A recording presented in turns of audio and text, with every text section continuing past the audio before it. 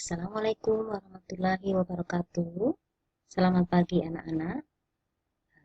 Hari ini, Sabtu 25 Juli 2020, kita bertemu lagi.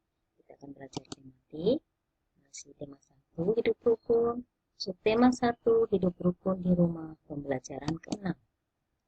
Tujuan pembelajaran kita hari ini, yang pertama, siswa dapat menyebutkan pengamalan sila keempat dan kelima Pancasila di rumah. Yang kedua, siswa dapat menggunakan ungkapan dalam cerita. Yang ketiga, siswa dapat membaca dan menulis lambang bilangan.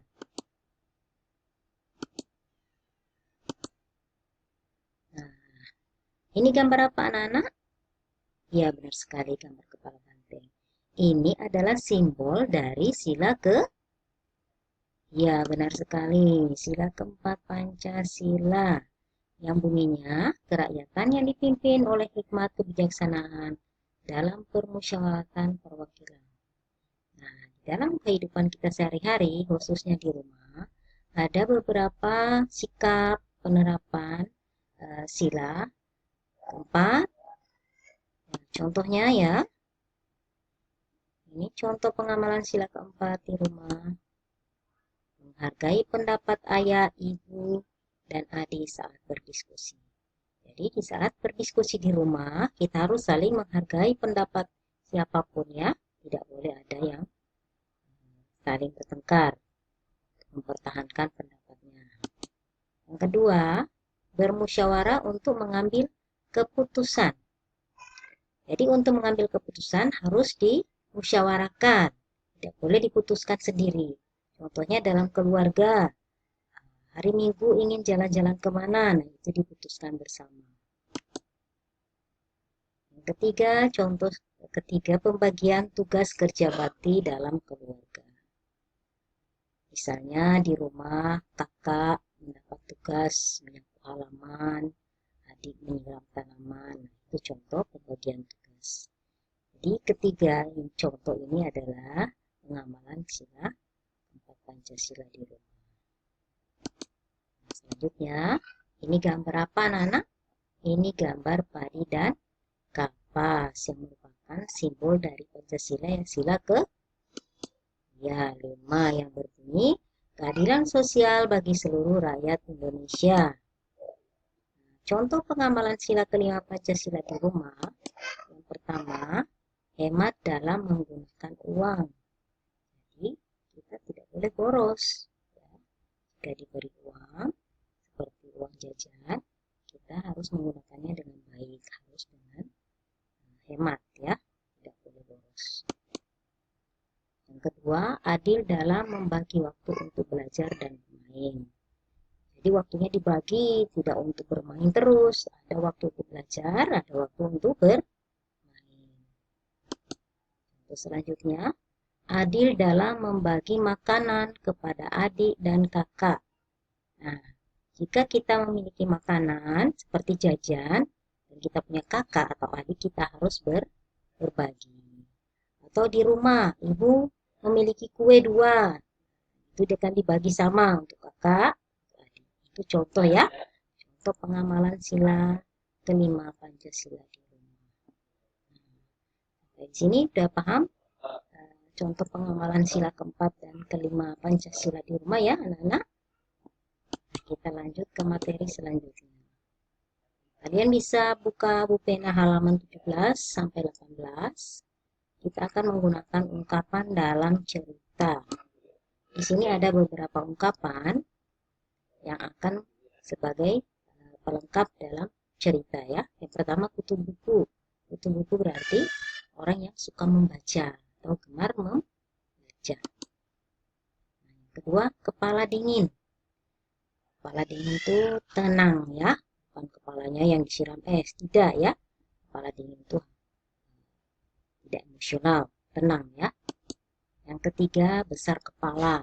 Besar kepala ini artinya tidak mau dibilangin, atau artinya tuh sama juga dengan sombong ya, angkuh.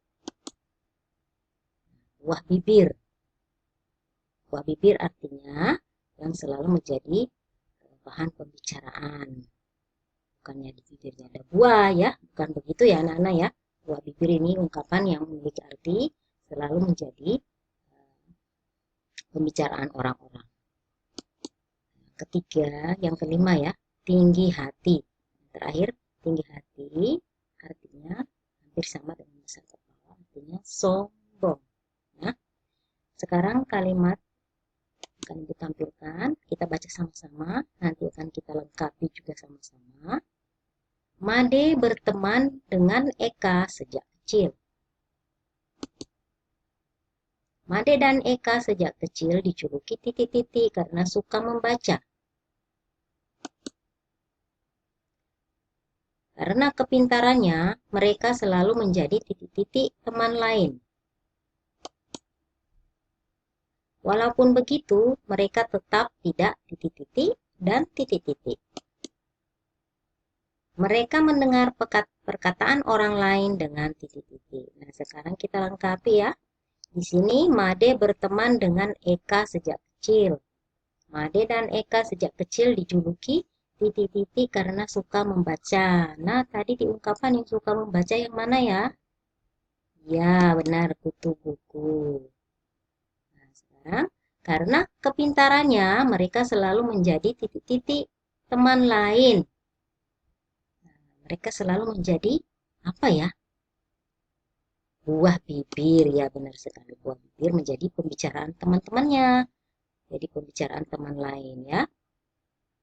Selanjutnya, walaupun begitu mereka tetap tidak besar kepala. Dan ada yang tahu? Ya, benar sekali, tinggi hati. Jadi mereka tetap tidak, meskipun mereka jadi buah bibir, karena mereka pintar, ini mereka tidak sombong ya. Yang terakhir, mereka mendengar perkataan orang lain dengan kepala dingin. Ya, mereka mendengarnya dengan perkataan orang lain dengan tenang.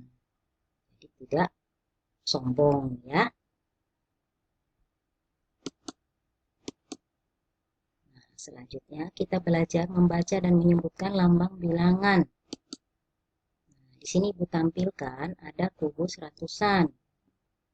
1, 2, 3, 4. Selanjutnya kubus puluhan 1, 2, 3, 4, 5.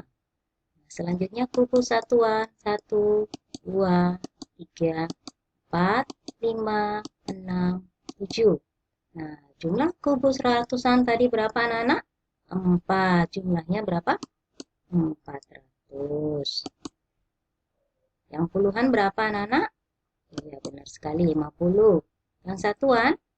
Iya, tambah 7. Jumlahnya berapa semua anak-anak? 457 ya. Nah, angka 4 dari kubus ratusan kita tulis di depan. Selanjutnya, yang puluhan, 5 kita tulis setelah 4. Selanjutnya 7 dibaca 457. Untuk nilai tempatnya 457. Angka 4 di tempat ratusan, angka 5 di tempat puluhan, dan angka 7 di tempat satuan. Nah, anak-anak sudah paham dengan materi ini? Ya, sebelum mengakhiri pembelajaran, karena kita sudah belajar beberapa hari, subtema 1 sudah selesai. Nah, anak-anak sekarang mengerjakan soal-soal latihan pada buku pena 2A halaman 19 sampai 20. Selamat bekerja anak-anak, semoga sukses. Sampai jumpa di pertemuan berikut. Assalamualaikum warahmatullahi wabarakatuh.